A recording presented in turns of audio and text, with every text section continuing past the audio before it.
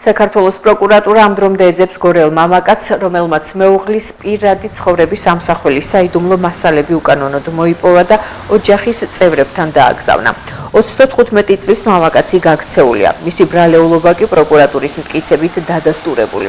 დაზარალებული ქალის ადვოკატი TV მონიტორინგთან ამბობს, რომ მსგავსი დანაშაულების მიმართ რეაგირება კიდევ უფრო მეტად უნდა გამკაცრდეს, სასჯელი კი თითოეული ფაქტის მიმართ ადეკვატური უნდა იყოს. მომხდარ ფაქტზე გამოძიება საქართველოს სისხლის სამართლის კოდექსის 157 პრიმა მუხლის პირველი ნაწილით მიმდინარეობს.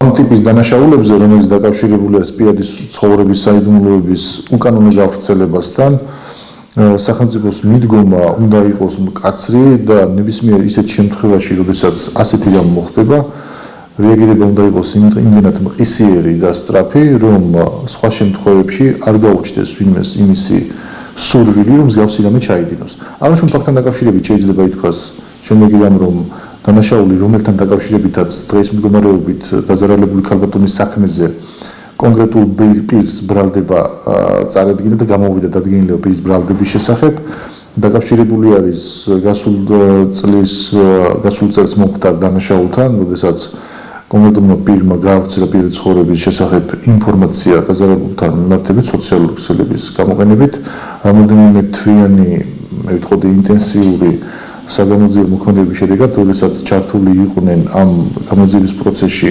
სხვადასხვა, ასე ვთქვათ, ქვეყნის შესაბამისი უწყებებით, შესაბამისი მტკიცებულებებისა და ცნობების მოგლოვების მიზნით, საბოლოო ჯამში